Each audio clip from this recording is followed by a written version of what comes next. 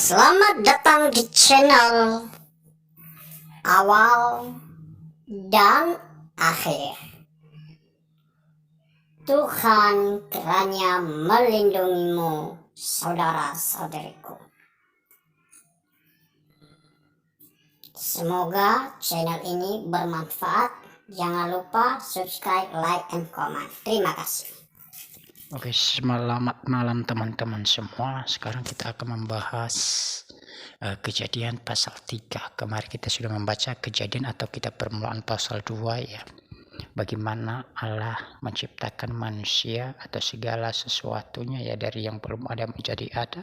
Dan bagaimana juga Allah menyampaikan pesannya atau perintahnya kepada manusia yang pertama. Ya, sebagaimana yang menjadi pertanyaan yang belum saya berikan jawabannya kemarin, apakah bagaimana apakah manusia mampu melakukan perintah Allah dan apa akibat ketika mereka tidak melakukan perintah itu. Ya, jadi di sini di Kejadian pasal 3 ini merupakan kisah daripada kelalaian manusia di dalam menjalankan perintah Tuhan ya. Atau di situ diberikan satu judul, manusia jatuh ke dalam dosa. Ya, di situ ada beberapa ya. Ada ular, ada manusia atau laki-laki Adam ya, dan ada juga Hawa, dan juga ada Tuhan ya, dan juga ada kerub yang ditempatkan oleh Tuhan itu sendiri ataupun ada malaikat Tuhan. Nah, jadi kita akan membahas satu persatu ya, di mana sebelumnya kita sudah melihat perintah Allah itu dicantumkan di dalam Kejadian pasal 2 ayatnya yang ke 16 B sampai 17, di mana dikatakan semua pohon dalam taman ini boleh kau makan buahnya dengan bebas, tetapi pohon pengetahuan tentang yang baik dan yang jahat itu janganlah kau makan buahnya, sebab pada hari engkau memakannya pastilah engkau mati. Ya, jadi disitulah satu perintah yang disampaikan kepada manusia bahwa semua pohon bisa mereka makan, tetapi buah pohon pengetahuan tentang yang baik yang ada di tengah-tengah taman tidak boleh mereka makan ataupun raba buahnya ya. Jadi di situ kita bisa melihat ya bagaimana manusia ya berada di bawah buayan seekor ular atau orang yang atau binatang yang dipakai oleh iblis pada waktu itu ya, untuk menipu manusia. Dimana sering saya mengatakan di pertemuan-pertemuan rohani ya, bahwa ada satu pribadi ya yang menjadi pemuka atau awal muka ya, awal terjadi yang namanya penafsiran kitab suci ya. Jadi siapakah pribadi itu yang menafsirkan kitab suci pertama sekali ya, atau siapakah penafsir kalimat pertama sekali yang muncul dalam dunia ini ya. Jadi kemarin saya pernah tanya tapi tidak ada yang bisa memberi jawaban, tapi ketika mereka mendengarkan jawaban ini mereka kaget, oh iya betul juga ya. Jadi adapun ular ialah paling cerdik dari segala binatang yang dikatakan oleh firman Tuhan ya, yang dijadikan oleh Tuhan Allah. Ular itu berkata kepada perempuan itu, tentulah Allah berfirman, semua pohon dalam taman ini jangan kamu makan buahnya, bukan?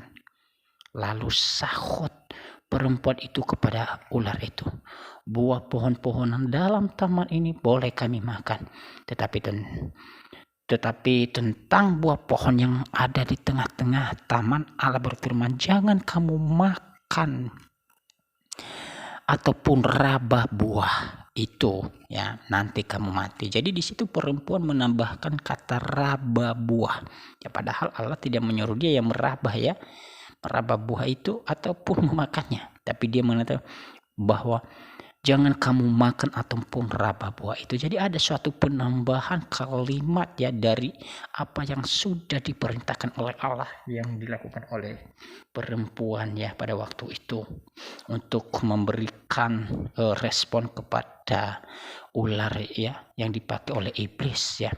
Tetapi ular itu berkata kepada perempuan itu, sekali-kali kamu tidak akan mati.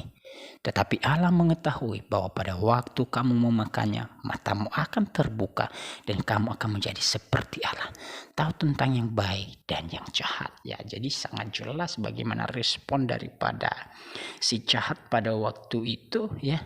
Ia mencoba menafsirkan, ya, kalimat atau makna kalimat yang disampaikan oleh Allah atau yang diperintahkan oleh Allah kepadanya, bahwa yang dimaksudnya ya kalau mereka memakan, jadi dia mengartikan kalimat itu sekali-kali kamu tidak akan mati, tetapi Allah mengetahui, ya dia mengatasnamakan Allah, ya, bahwa pada waktu kamu memakannya matamu akan terbuka dan kamu akan menjadi seperti Allah, tahu tentang yang baik dan yang jahat. Ya, ini sangat luar biasa, ya. Makanya saya mengatakan bahwa sumber penafsiran pertama di dunia itu, ya, pelakunya adalah iblis.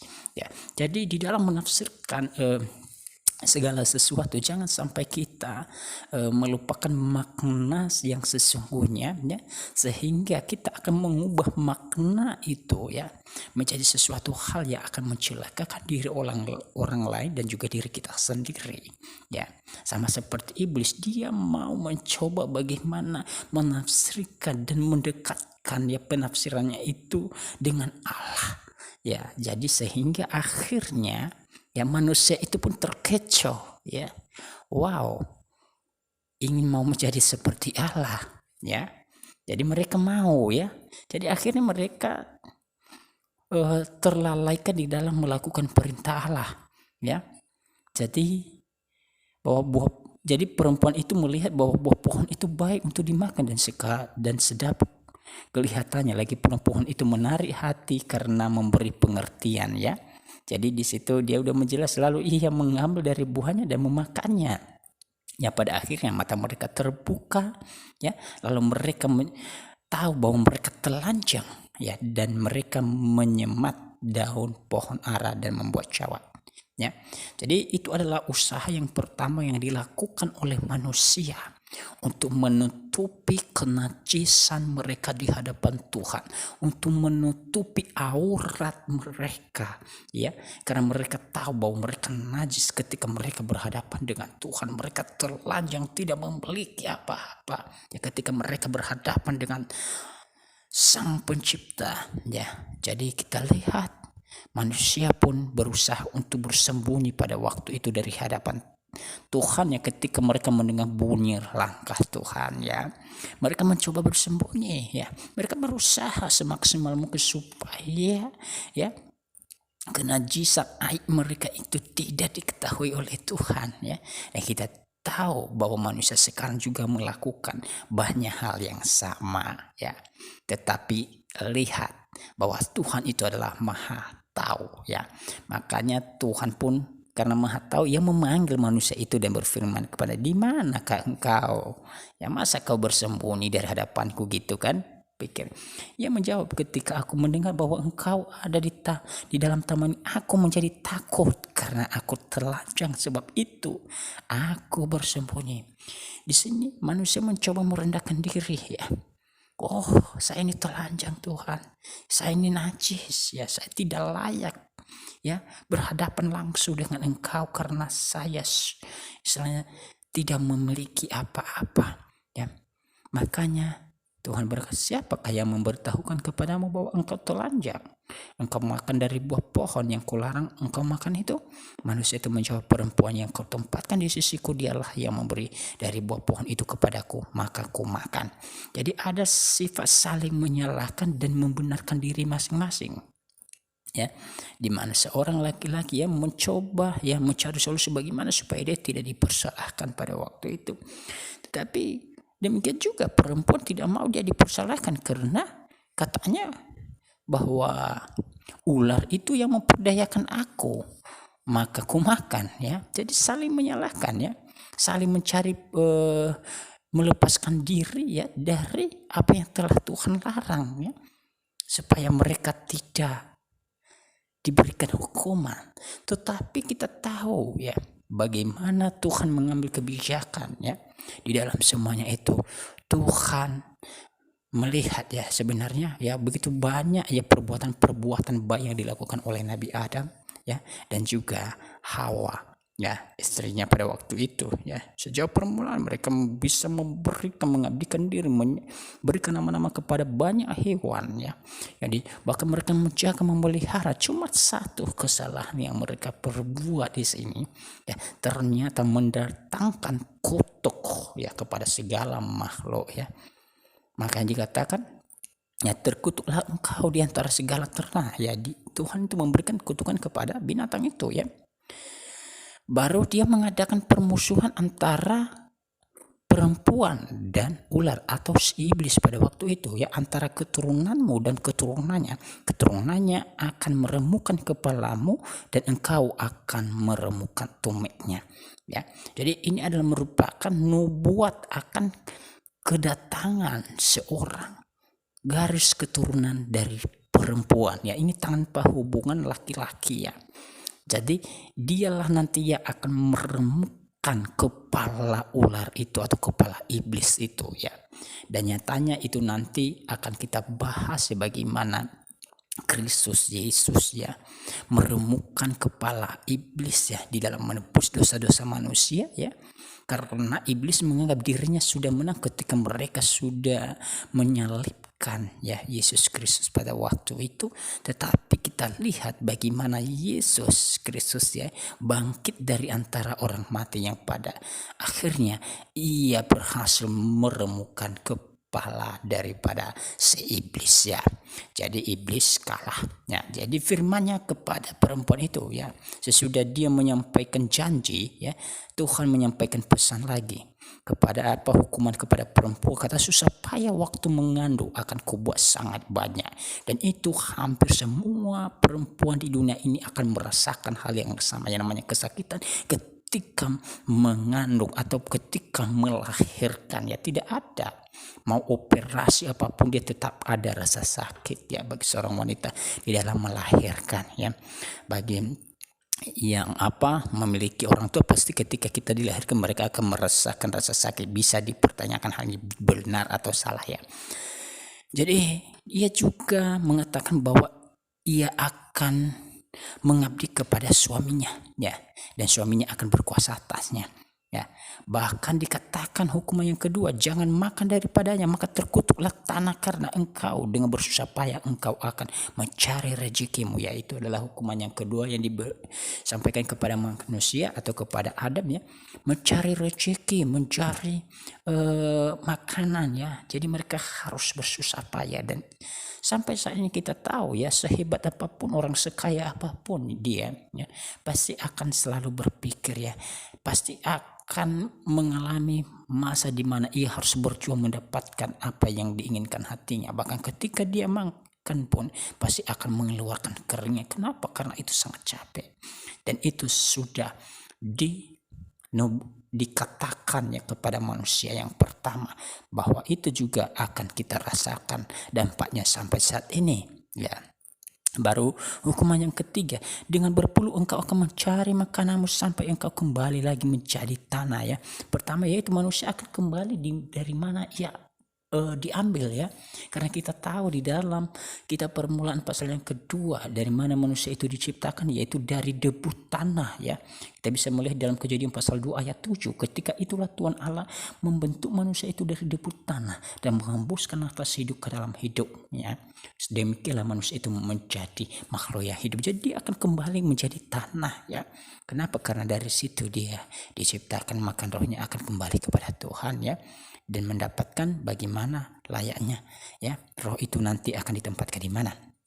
Jadi maka pada waktu itu kita bisa melihat ya, bagaimana ketika Allah sudah memberikan hukuman kepada manusia, maka Allah pun ya berinisiatif sendiri ya, tidak langsung membunuh manusia itu, tetapi ia adalah Allah yang penuh kasih ya. Ia memberikan suatu cara solusi dengan caranya sendiri, yaitu ia membuat pakaian dari kulit binatang ya, atau dia mengambil kulit binatang. Pasti kalau sudah diambil kulit binatang berarti ada binatang yang harus dikorbankan ya, makanya dikatakan tanpa penumpahan darah tidak ada pengampunan dosa ya.